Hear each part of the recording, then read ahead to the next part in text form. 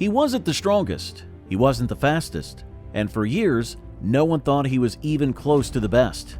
In a sport where legends are forged from talent, power, and unstoppable dribbling, Angel Di Maria was none of those things. At least, that's what they said.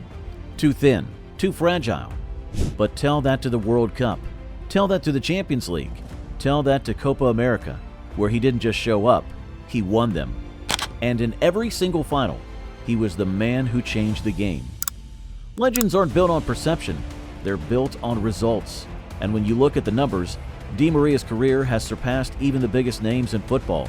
He's won 36 major trophies, putting him ahead of Cristiano Ronaldo, who has 35. That's right, Di Maria, the player once doubted for being too lightweight, has lifted more silverware than one of football's most dominant and physically gifted superstars. Ronaldo, known for his unmatched drive and goal-scoring prowess, has built a career of breaking records. Yet in terms of trophies, the fragile Di Maria has outshined him. And it's not just about numbers, it's about how those trophies were won. While Ronaldo's brilliance often comes in moments of individual dominance, Di Maria has been the ultimate team player, stepping up when it mattered most. He scored the winning goal in the 2021 Copa America final, securing Argentina's first major international title in nearly 3 decades. In the 2022 FIFA World Cup final, when the pressure was at its peak, he delivered again. Ronaldo may have been the main attraction in Real Madrid, but in 2014, it was Di Maria's performance in the Champions League final that secured La Decima. While others took the headlines, it was Di Maria who made the difference. From selling coal bags as a kid to winning more trophies than Cristiano Ronaldo, this is the story of how a talentless kid became a legend. When Di Maria was just Angel, a boy from Perdriel, life wasn't about dreams, it was about survival. His family wasn't poor, but they were fighters. His father worked in a coal yard, and by the time Angel was 4, he was helping too, carrying sacks of coal twice his size before and after school. Their home had a dirt floor, where rain turned the ground to mud, but he never complained. If you've ever wondered why Di Maria runs tirelessly for 90 minutes, it's because he grew up running, through mud, dust, and hardship to help put food on the table. His mother, noticing his endless energy, signed him up for football. That small neighborhood club gave him his first real pair of shoes. Before that, he played barefoot, learning to control the ball on the rough ground. His father, hands still blackened from the coal yard, watched from the sidelines, proud of the skinny boy no one believed would be special. Rosario Central had seen talent before, real talent, and when Di Maria first stepped onto the pitch for their youth academy, they weren't impressed. He was too weak, too skinny, too inefficient. While the other boys his age were developing muscles and power, Angel remained thin as a rail. The coaches would shake their heads when he got pushed off the ball. They worried he'd break in half against bigger opponents. But here's the thing about Di Maria. He never quits. He had no backup plan. His father had sacrificed everything for him to play football, even selling his car to buy his son boots. Those boots weren't just equipment, they represented the family's dreams. When the soles wore out, his mother would sew them back together. When they got too small, he played through the pain. Quitting wasn't an option, so instead, he found something no one else could match. Not power, not skill, but endurance. When other kids got tired, Di Maria kept running. When others hesitated, he sprinted forward. And when they doubted him, he fought harder. He'd stay after practice, running extra laps while teammates went home.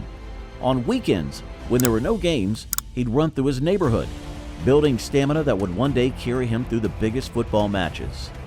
And slowly, something changed. The weak, fragile kid started playing like he had nothing to lose. His left foot began to deliver passes others couldn't. His thin frame allowed him to slip through defenses like a ghost. The same coaches who doubted him watched in amazement as he ran circles around bigger, stronger players. And just like that, scouts from Europe started taking notice. At 19, Di Maria left Argentina for Portugal, signing with Benfica. It was a €6 million gamble for a kid who had only played a handful of professional matches. The club's president took a personal risk on him after watching just 3 games. Di Maria arrived in Lisbon unable to speak the language, thousands of miles from home, with the pressure of that price tag hanging over him. His first training session was a disaster. Teammates looked at each other, wondering how this skinny kid was worth so much money. At first, it seemed like he had made a huge mistake. The physicality of European football hit him hard. Defenders threw him around, coaches demanded more, and his own teammates doubted him. During his first months, he barely played. The few times he got on the field, he looked lost, overwhelmed by the speed and strength of the European game. Fans began to call him a waste of money. But something about that coal-stained childhood stuck with him. Every time he got knocked down, he got back up. Every time he lost the ball, he chased it like his life depended on it. He spent extra hours in the gym trying to add muscle to his frame.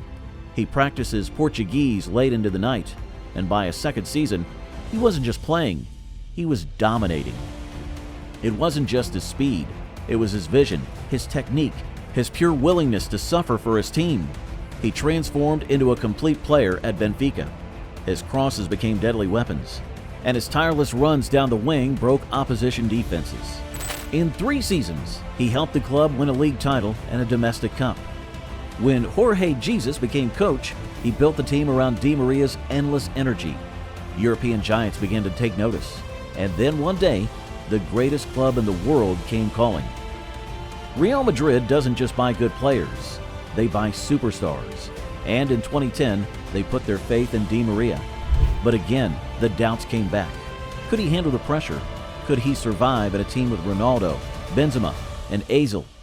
Spanish newspapers questioned his signing. Fans wanted bigger names.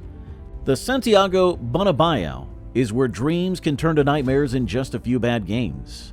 Di Maria arrived during the Galacticos era, surrounded by players who commanded the spotlight with their names alone. In the dressing room, he sat quietly as world champions and Ballon d'Or winners prepared around him. Many thought he would disappear into the shadows of Madrid's giants. Jose Mourinho didn't care. He saw something in Di Maria others didn't. Where others saw a skinny winger, Mourinho saw a tactical weapon. He transformed Di Maria from a traditional winger into a relentless all-action midfielder. In El Clasico battles against Barcelona, it was often Di Maria's lung-busting runs that broke Guardiola's pressing system. He became Mourinho's trusted soldier, willing to sacrifice glamour for grit. And in 2014, when the world watched one of the most famous Champions League finals in history, who was the man who changed the game? Not Ronaldo, not Bale, it was Angel Di Maria. In extra time, when Real Madrid needed magic, he took the ball, sprinted past defenders, and created the winning goal. His mazy run and shot led directly to Gareth Bale's header that broke Atletico Madrid's hearts. Real Madrid had finally won La Décima, their long-awaited 10th Champions League title. Fast forward to 2022, Argentina versus France, the World Cup final, Messi's last chance for immortality. And just like in every other final of his career, Di Maria was the difference. But the road to that moment wasn't straight. After leaving Madrid, his career had ups and downs. At Manchester United, he struggled to find his place. At PSG, he built his reputation as one of football's most reliable big-game players. And with Argentina, he faced heartbreak after heartbreak. 3 lost finals in a row crushed the national team spirit. In 2018, he wasn't even called up for some World Cup matches. Many thought his international career was over. But Di Maria never gave up. When Argentina finally won the Copa America in 2021, it was his goal against Brazil that sealed the victory. He had waited 15 years to lift a trophy for his country. While the world focused on Messi and Mbappe, Di Maria made history in his own way. That perfectly timed finish against France, the goal that seemed to seal the game, was classic Di Maria, unpredictable, relentless, and clutch. The run behind the defense, the perfect control, the calm finish past Lloris, it was everything that made him special. At 34 years old, when most players slowed down, he was still running like that kid from Rosario. Coach Lionel Scaloni had left him out of games earlier in the tournament, but for the final, he knew he needed Di Maria's big game experience. Once again, the man who everyone doubted delivered when it mattered most. And when the dust settled, when Messi finally held the trophy, it was clear Argentina had won the World Cup, but Di Maria had cemented himself as a legend. As teammates celebrated around him, He quietly cried, thinking about that coal yard in Rosario, about his father who had sacrificed everything, and about all those who said he wasn't good enough. The skinny kid who was too weak, too fragile, had become one of football's most decorated players. 3 Champions League finals, 2 Copa America finals, and a World Cup final. In each one, he had changed the game. From a skinny kid in Rosario, carrying coal bags, to lifting the World Cup with Messi, Di Maria's career isn't just a story of talent, it's a story of perseverance, of proving doubters wrong, of showing that sometimes the difference between a great player and a legend isn't skill, but heart. And that, my friends, is why Di Maria will always be remembered as one of football's greatest fighters. But before you go, if you love football stories like this, make sure to hit that subscribe button. It helps the channel grow, and we'll keep bringing you the best stories in football. Until next time.